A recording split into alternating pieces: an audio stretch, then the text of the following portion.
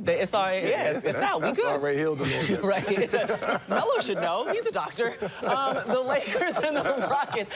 The Lakers right now are up 3. That's why he wears glasses. They're up 3-0, looking for a sweep against Houston. If we end up saying that they pulled off the sweep, what would you say had happened in the 4th game? Who was you talking about? For the I was listening to him. Sorry. Respect. If the Lakers pull off. Oh, the Lakers. If they pull. The headline's gonna be what? LeBron is the greatest player of all time. That's what the headlines is going to say. Okay, Doc. I'm not saying that, but I'm just saying him doing this is what people are going to say. No Luka, no AR. No AR. No KD. They ain't going to say that. I'm saying the people's going to say That's what the people going to say. You know, she said the headlines. The headlines, yeah, he's right. But I think a lot of, if they win it, it's because Marcus Smart, again, plays unbelievable.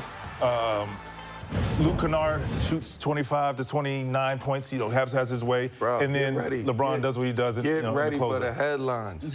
What I'm trying to say. It's not going to be Luke Kennard. No. Led the Lakers. But she said, why? Why does that? The greatest player of all time leads the Lakers, sweeps Houston. Yeah. In year 23. At 41 years. Throwing oops to Bronny. Throwing oops to his son. Like, this is what we talking about. I'm talking more how they're going to win. We together, baby. Yeah. But the headline's going to say. The headline's going to say something else. A lot of people say it. He ain't lying. Well, get ready to read that headline. Hey, man, we don't know KD's status, but LeBron and what he's done with this team and really just built the confidence in someone like Luke Kennard, and DeAndre Ayton is playing great defense, playing great ball. I don't think he did that to Marcus Smart. Marcus Smart is just a great basketball player. He's a winner. He makes winning plays. So I don't know if Houston has enough. I mean, they could have pulled that game out the other night, but the immaturity and inexperience for that group, let them down. Braun is thinking, man, I need to get some rest. I got to get them out of here. And you want to talk about the epitome of empowerment. By a star player, that's what he's brought to this team. And you've heard Luke Kennard say it. You can see it with the other guys. So, yeah, I mean, he's been around. He's seen it all. This is like another notch for him. Like, oh, I've done everything you could possibly do in the game by winning championships and winning series. This is another way for him to do it, And I got my son to highlight in the playoffs. This is Bronny. That's crazy. Right. Listen, man, our producer trying to rush us on TV now. He said, I've been here all day. Yo, they literally said that they weren't going to beat Boston, and then that's exactly what they did. Let's just have a conversation about what they would have to do in order to secure another win in this series, if they're capable of doing it. VC? Well, first and foremost, I think Maxi's going to, once again, have to put that cape on. Yeah. VJ Edgecombe is going to have to continue to play well. PG is going to have to continue to play well. After that, they're going to have to others going to have to make shots, and they're going to have to rebound. They're going to have to rebound. Defensively, you can't allow their best players to have open shots. And we talked about it earlier, is in isolation, you can't allow your mismatches. You have to make somebody else beat you on that Celtics team. Now, they're very good. They share the ball. They have a lot of shooting and scoring. You said you heard your ear to the street that possibly Joel Embiid. What happened? He said ear to the street. I'll give you the update. Joel Embiid has been doing individual workouts. Nick Nurse said today they'll know more about his status after shoot-around tomorrow. I got your back. You was something else. She got the iPad open. Yeah, exactly. Okay. We work it for real. Yeah. So if you have a Joel Embiid that's coming back, and I'll ask this to the panel, how do you now utilize him? The same way. It's the same way. But do you take away what VJ has been doing now to give? You won't take away. Actually, I think you're going to make it a little bit easier for VJ. This MVP right here we're talking about. He attracts so much attention.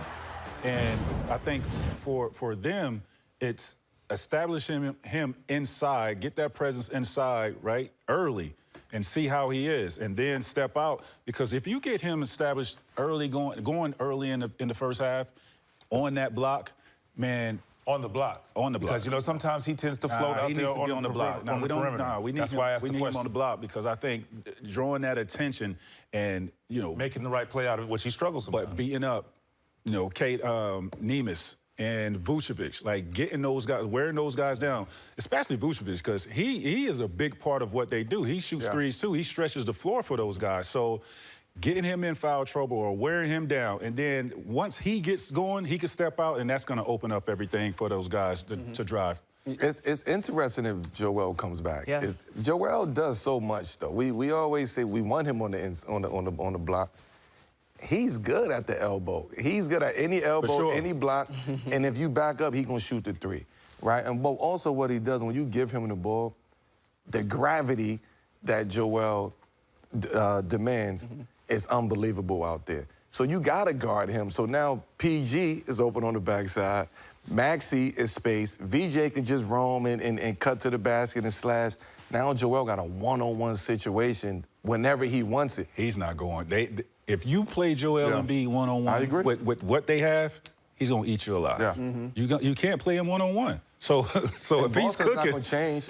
Boston's not going to change the way they play. They playing fast. They want threes. They getting up and down the court. They're going to try to run Joel if he comes back. That's what I was going to say. They'll try to run him, number one. Number two, at the same time, if he's just coming back, we want you to show us you can beat us one-on-one, because more likely he's going to wear down and you're keeping the ball. They don't want him to do it. He can do it. You said they're going to get Bono.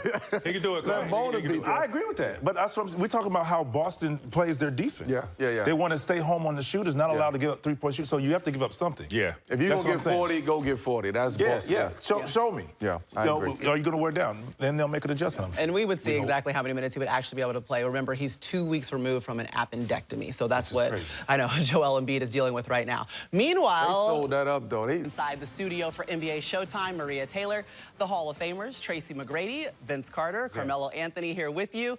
Melo, let's start with you. The guys were kind of saying it, we're playing for our lives. Kat was saying after the game to Zora Stevenson, we understand the magnitude, and they played like a team on a mission tonight. It was just a will to win from the beginning of the game. You saw the energy. You saw them when they ran out on the court. You seen it from the tip-off. Those guys was locked in. I'm sure they got the message. I'm sure they heard all the noise over the past couple of days, and they understood what they needed to come do today. I thought the strategy was right today. They got it right throughout the whole game.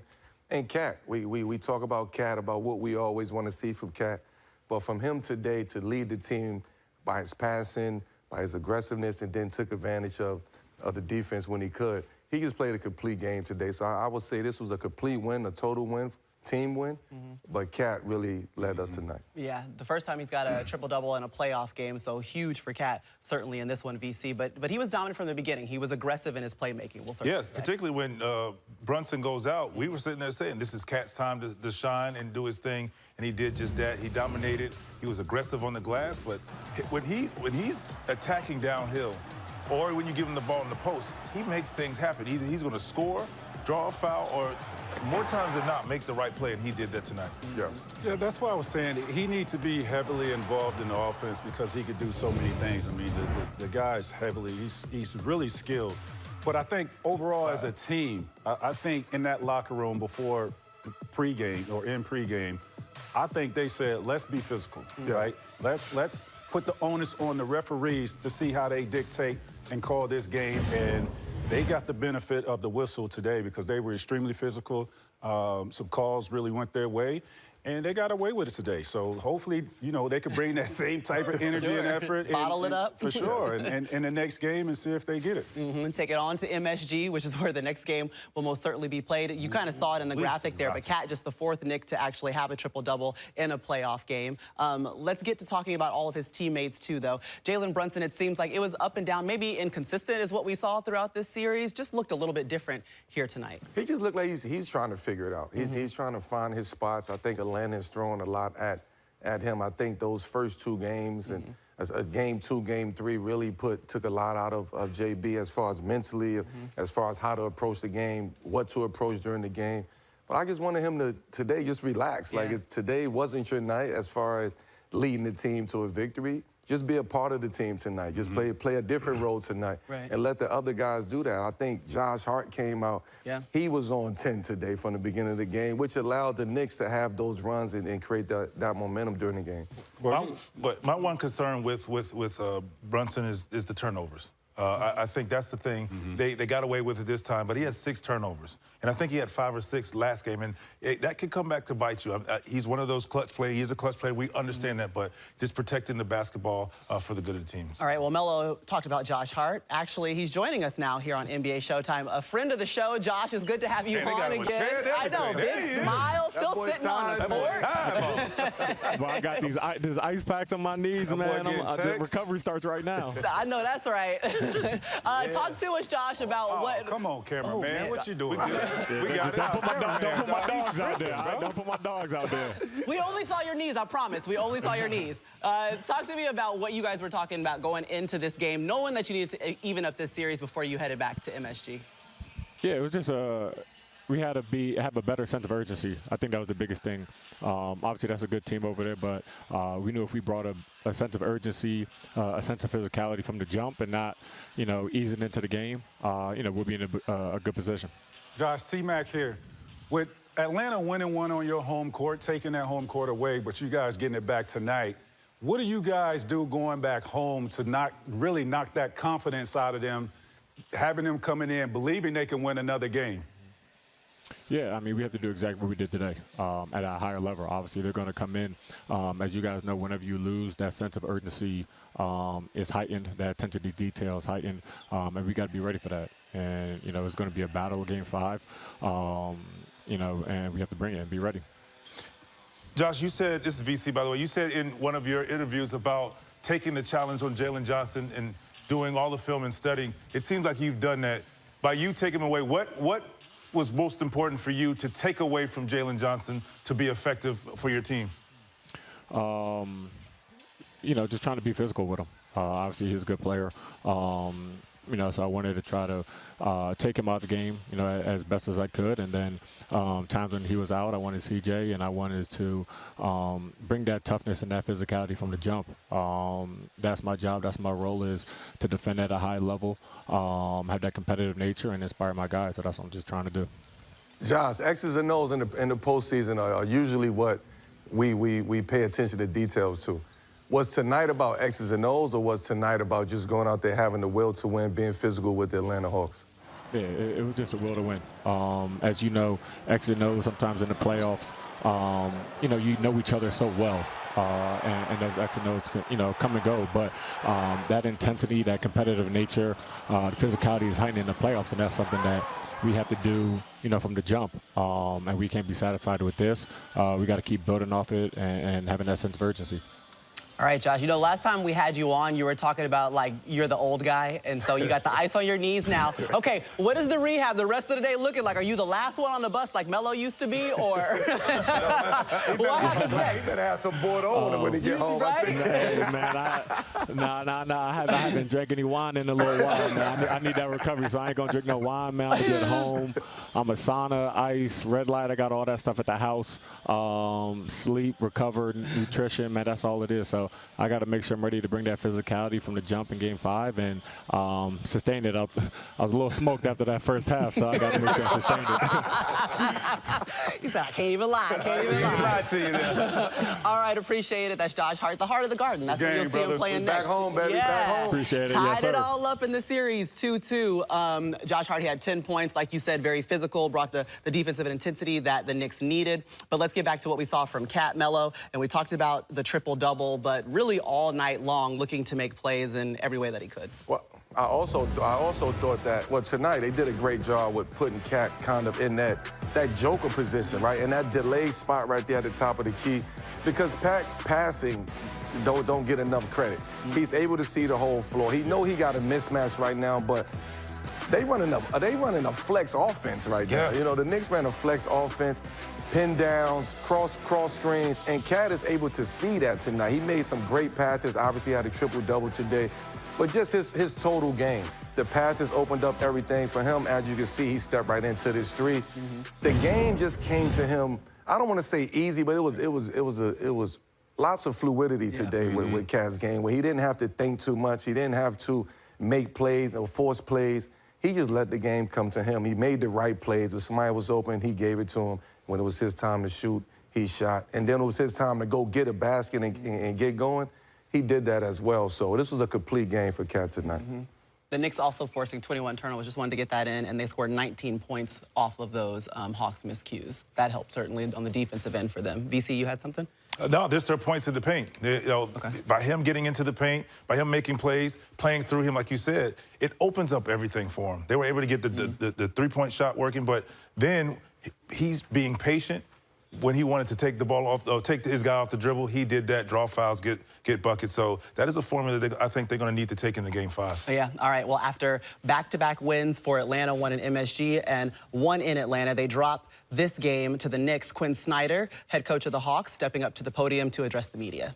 When J.B. Bickerstaff says he trusts his guys, listen, they have been consistent all year. That's how you get the 1 seed in the East. Let me ask you this, T-Mac. Do you trust his guys, the Pistons, to be able to walk away with this series? It's really been a battle for them against the Magic. They're the #1 series for a reason. Absolutely, I trust him. I trust Cade Cunningham. Okay. Right? But hold up. Okay. I don't know. Whoa. Wait. Yeah. We will roll the tape back. Again, I said this before this series. Orlando is not your typical 8th seed, right? They're an 8th seed because they were dealing with a lot of injuries during the regular season, right? A lot of their guys were out, but we had them projected to be a top 4 or 5 seed. They just happened to land in the 8th seed. And tough break for Detroit because this team can match their physicality. Detroit, that's their identity, is being a physical team, where Orlando can match that with their size, and they showed that today. They showed it in Detroit. Could they go and do it again? I absolutely believe they could do that. They're going to have to match that in the beginning, though. They can't go in there thinking that it's going to be an easy cakewalk, right? They see what happened in Game 2. They're going to have to hit first and not be the team that gets, hit second. So we'll see. Yeah. There you go, VC. This is your boys right here. Very true. No, I mean, you mentioned physicality. I mean, you got 14 and 17 by Wendell Carter, 8 offensive rebounds. Like, I agree with you. Like, we saw what the Knicks did to the Hawks in this game, and they were physical early. And I think the Hawks were comfortable because of their win. I hope the Magic don't come out poking their chests out the same. Yeah, he said we don't fear them, but you tend to get comfortable at home, and I hope they're still on edge and understand how important, how big of a win that game will be, and to put them in position to win the series. So, like you said, I agree. They're very capable, but they're going to make adjustments. Here's my concern, right? Because you look at Bane shot the ball extremely well from three-point. Yeah. I don't see him going 6 He was 3 for 15 coming into this game in the series, so that was like. I don't see him shooting 7 for 9 in Detroit, right? So Bane played well, Franz played well, and Paolo and Wendell Carter, right? So those 4 guys played well. Game at home, though. You didn't really get no help from your bench, and that's what scares me.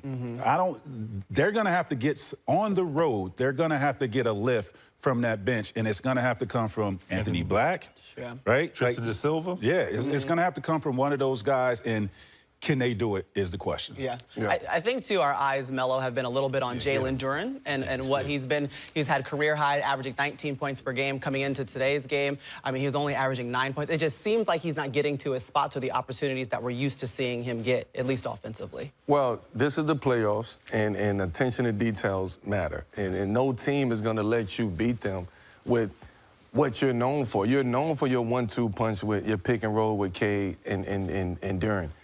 Orlando is not going to let you beat them that way. They're physical with you from the jump. And I think Detroit, because they've been #1 all season long, they got 82 games to kind of go through the motions and get back and find the energy. We can be down. You can't do that right now. You got to come out the gate. Just like Josh Hart said earlier, we got to be physical from the jump ball. And I don't think Detroit has been physical from the jump ball in any of these games in the series. So I think they're going to make that adjustment. I think they're going to come out early in the game or in the next game and be physical. But to your point, Jalen Duren has to step up. He has to make himself known from a physical presence. If the pick and roll is not working, we got to do something else. Wendell Carter Jr. right now is, I'm not going to say it, I'm not going to say the whole name, but Wendell Carter Jr. right now is outplaying Jalen Duren offensively 100%. And defensively. So This is playoffs. You got to step it up. You got to be smarter on how you get yourself going. And also, Detroit got to do a better job of getting him going, too, because there's no second option for Cade right now. So if they could make him the second option, get him going, get him aggressive, get into the basket, I think Detroit will pull us out. Yeah, and it was interesting in game 2. Remember, they came out of the locker room in the third quarter, went on a 30-3 run. And so we were kind of waiting for when will Detroit's run happen. It did, but they were down 17 by that time. So really like battling out of a hole, and you're on the road. Like you guys said, you have to throw the first punch or stay in the game. And they weren't able to find that consistency that J.B. Bickerstaff was talking about at the podium. All right, let's get to yet another highlight. The Suns taking on the Thunder.